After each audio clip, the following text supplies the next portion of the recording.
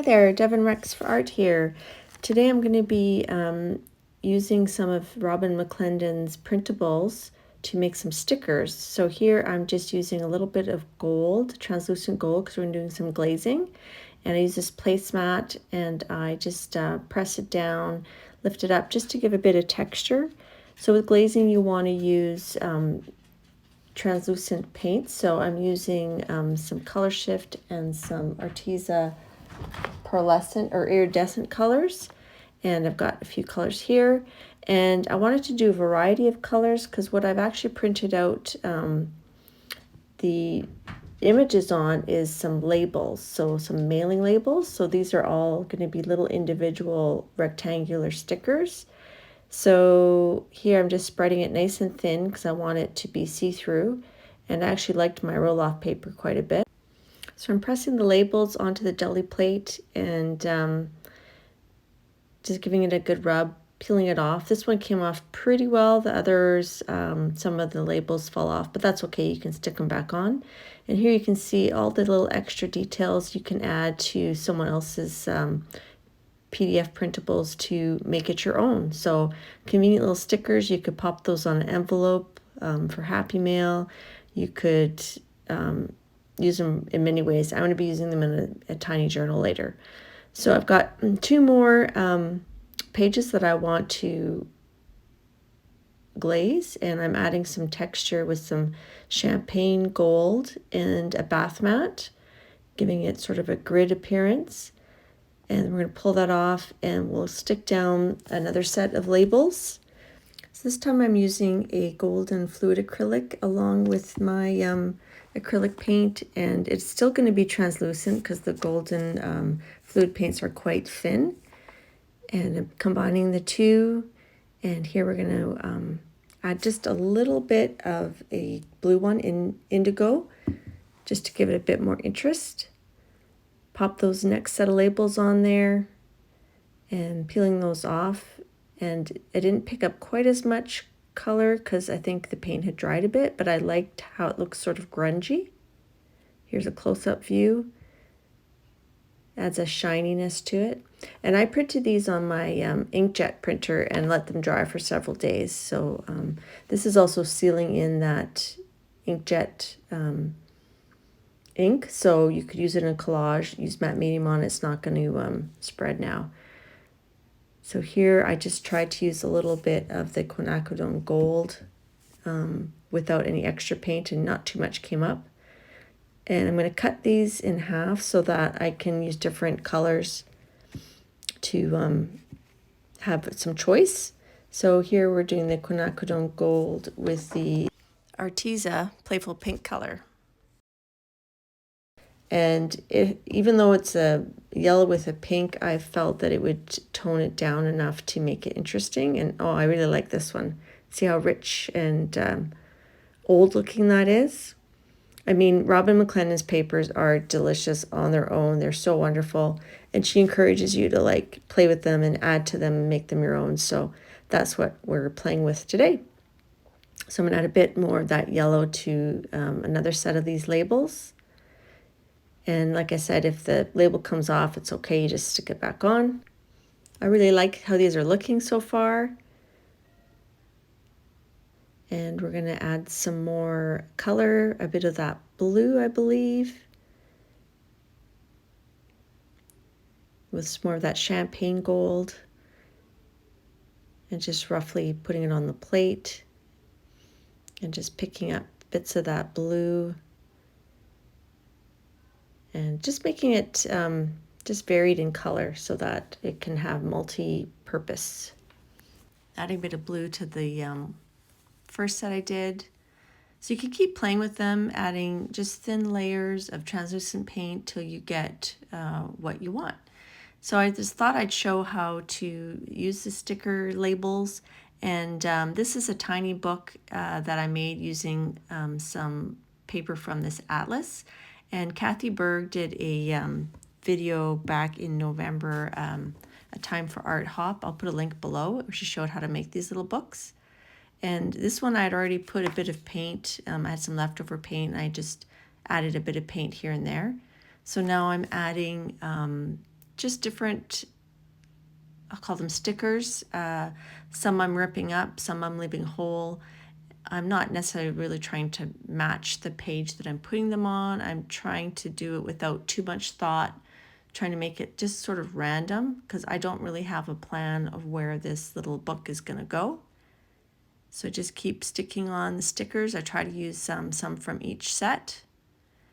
And Robyn McClendon's October printables, these are just a few of the papers. There's lots of, I think there's about 20 sheets, and they're all different and they're all gorgeous. And all of her printables are gorgeous. So you can check out her, I'll link her below as well, her YouTube video, her YouTube channel. And you can check her out, check out her website, and download any of her printables are well worth it. So here we're just finishing up. I'm trying to use some different ways. And then I'm going to stamp on just to add some textures to the page, like visual texture. I'm using some archival inks in different stamps. These are some number stamps. Then I'm going to use some alphabet stamps and some little dots, postage, just sort of some randomness. And again, I don't have a plan where this is going at this point, and I just want to add more color and, like I said, visual texture to the page.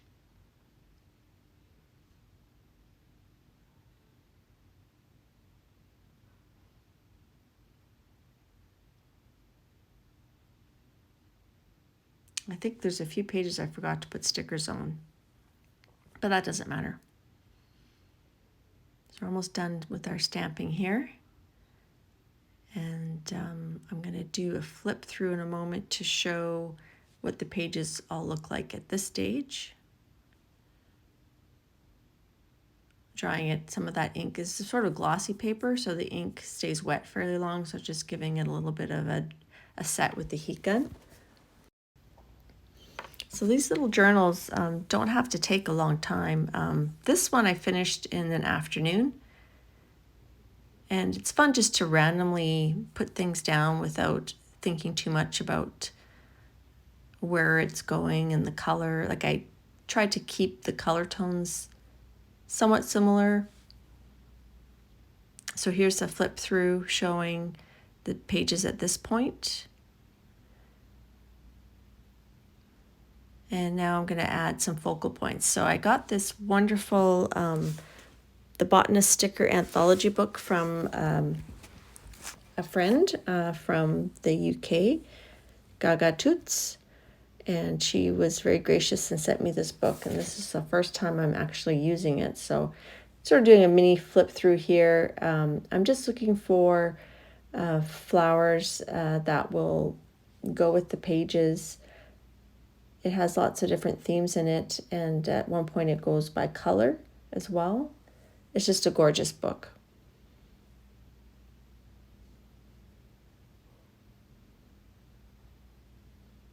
So here I pick my first image, and we're going to fussy cut that out. Problem with some of these sticker books is they do have quite a bit of a white space around the stickers, so you don't have to fussy cut them out depending on what you're doing, but I really wanted the background to show through, so I did fussy cut the images I used.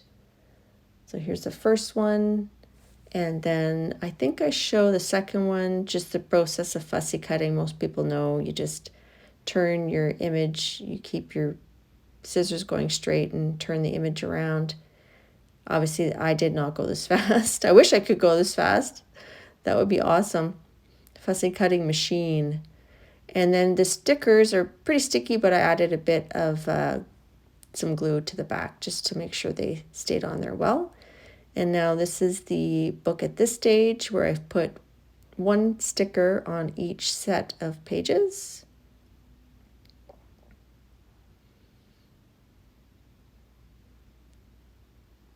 All right, so now I pull out my other sticker book, the Antiquarian sticker book, and it has lots of interesting images.